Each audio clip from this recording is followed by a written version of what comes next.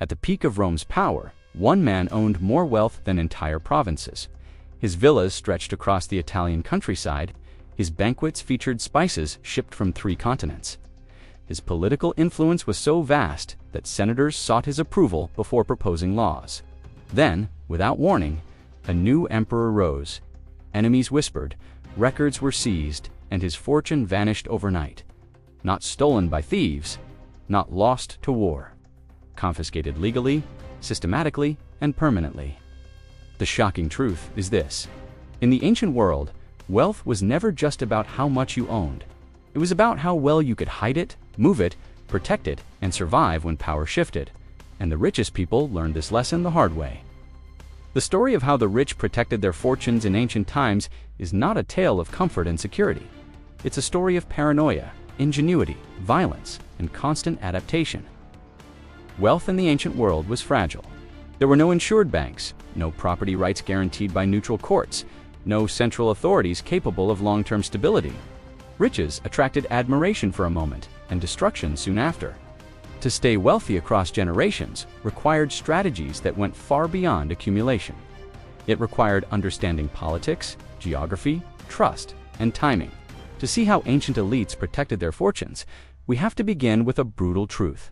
For most of history, wealth and power were inseparable. If you were rich, you were visible. If you were visible, you were vulnerable. In the earliest civilizations, Mesopotamia, Egypt, the Indus Valley wealth took physical form. Land, grain, stores, livestock, precious metals, there were no abstract portfolios. Value was tangible, countable, and easily seized. Kings taxed harvests directly. Armies lived off confiscation. A wealthy landowner wasn't just prosperous, he was a strategic resource. At first, the rich relied on proximity to power for protection. They aligned themselves with rulers, temples, and priesthoods. In Sumer, temples acted as early financial institutions. Wealthy families deposited surplus grain or silver in temple complexes, trusting religious authority to deter theft. The gods, after all, were believed to punish those who stole sacred property. This wasn't superstition alone, it was governance. Temples had guards, scribes, and political influence. But this protection came at a cost. What the temple protected, it also monitored. Records were kept. Obligations were enforced. In times of crisis, rulers didn't hesitate to requisition temple wealth. Sacred protection worked only as long as political order held. In ancient Egypt, the strategy evolved. Wealthy families tied themselves directly to the bureaucracy. Land was granted by the pharaoh, not owned outright. To protect wealth, elites ensured their children became scribes, administrators, or priests. Power flowed through paperwork. Control over records meant control over resources.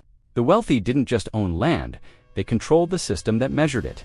But Egypt's long stability masked a deeper vulnerability. Because wealth was tied to state favor, it could vanish with a change in dynasty. Tomb inscriptions show this anxiety clearly. Elite Egyptians invested enormous resources into the afterlife, believing that even if earthly wealth was seized, eternal wealth could be preserved. This wasn't just religious belief, it was psychological insurance against political instability. As trade expanded across the Mediterranean, wealth became more mobile and so did risk. Phoenician merchants amassed fortunes through shipping, not land.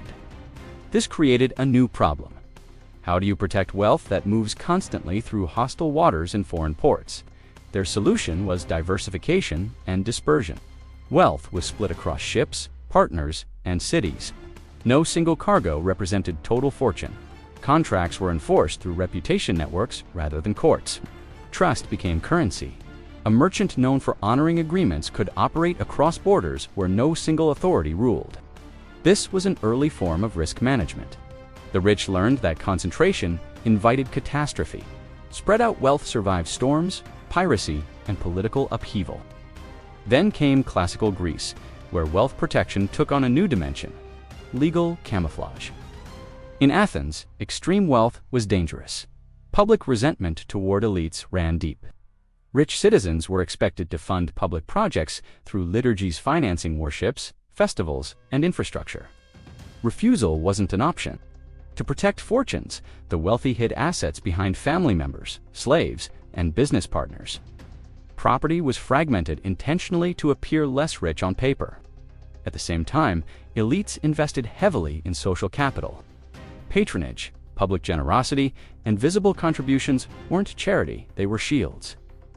A rich man known as a benefactor was harder to attack politically.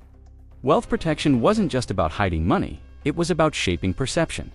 Sparta offered a different model. Their overt wealth accumulation was discouraged among citizens. Gold and silver were banned. Yet inequality still existed, just hidden through land control and helot labor. Spartan elites protected wealth by embedding it in systems that couldn't be easily quantified or redistributed. Control mattered more than ownership. Rome, however, perfected the art of ancient wealth. Defense and exposed its limits. During the Roman Republic, wealth exploded. Conquests flooded Rome with slaves, land, and treasure.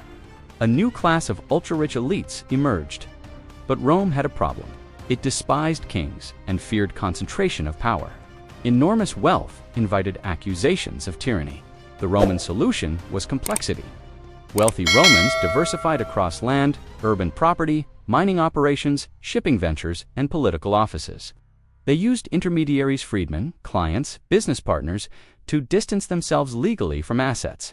Roman law allowed flexibility, and elites exploited it ruthlessly. They also invested heavily in foreign holdings. Provinces offered distance from Rome's volatile politics. Estates in Gaul, Spain, or Asia Minor were harder to seize quickly. When political winds shifted, wealth abroad bought time. But Rome also introduced a terrifying innovation: legal confiscation. If declared an enemy of the state, a Roman citizen's property could be seized instantly. No trial, this happened repeatedly during periods of instability, the proscriptions of Sulla, then later those of the Second Triumvirate. Lists were posted publicly. Names meant death. Assets were auctioned off. This forced the Roman elite to adopt new strategies. They buried treasure. Archaeology has uncovered thousands of hoards coins hidden in jars, walls, fields, never recovered. These weren't savings. They were emergency wealth, hidden from the state itself. They also turned wealth into relationships. Marriage alliances were financial instruments. Dowries transferred wealth across families, making it harder to confiscate completely. A fortune split among in-laws was less vulnerable than one held outright. Some invested in influence over law itself. Senators shaped legislation to protect estates. Debts were structured to advantage creditors. The wealthy didn't just play the game, they wrote the rules. Yet even Rome couldn't fully protect its elites. As the empire replaced the republic, power centralized. Emperors needed money to pay armies and maintain loyalty.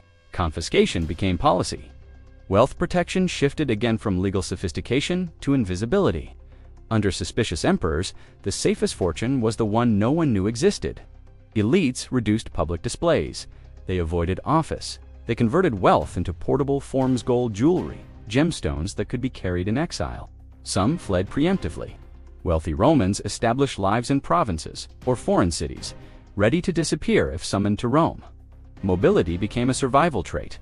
When Rome finally fractured, wealth didn't vanish, it relocated. Elites adapted to new rulers, new systems, new currencies. Those who survived were not the richest, but the most flexible.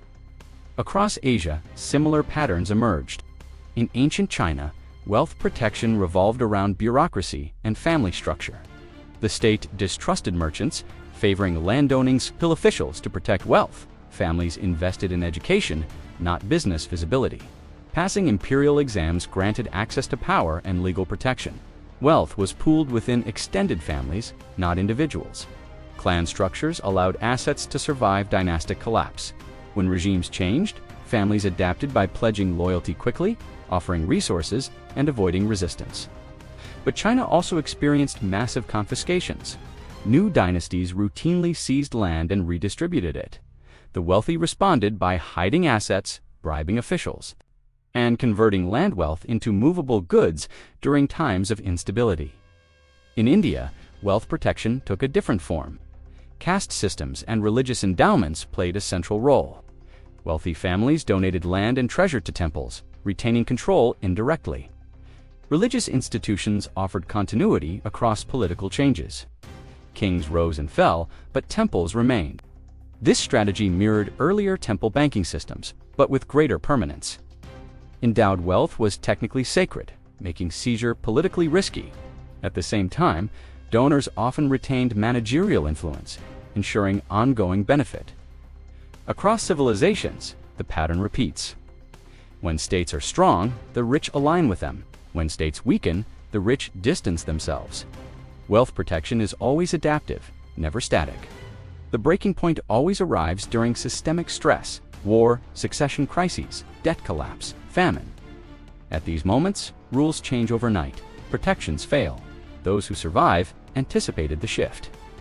The most common failed fix was overconfidence in permanence. Elites who believed their status guaranteed safety lost everything. Those who trusted laws without power lost everything. Those who concentrated wealth in visible forms lost everything. The survivors shared traits. They diversified geographically. They embedded wealth in social networks. They converted assets between forms. They accepted lower visibility in exchange for resilience. They prepared exit strategies long before they were needed. These ancient strategies echo loudly today. Modern wealth protection still relies on diversification, jurisdictional spread, asset transformation, and political awareness.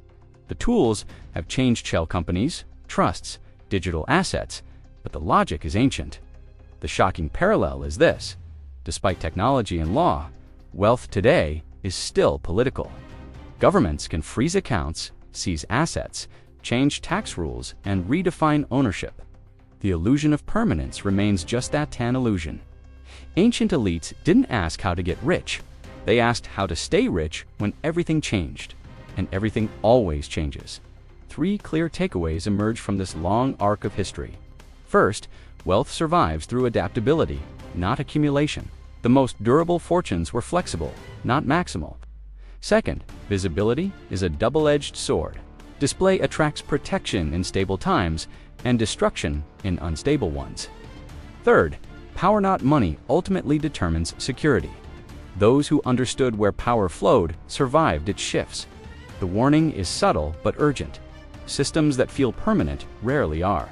Laws, currencies, and institutions change faster than people expect. The open-ended question is this: if ancient elites needed paranoia and preparation to survive far less complex systems, what does that say about wealth protection in our own fragile, interconnected world? If this exploration of ancient strategies helped you see modern finance in a new light, consider subscribing for more deep dives into history, power, and the hidden systems shaping wealth across time.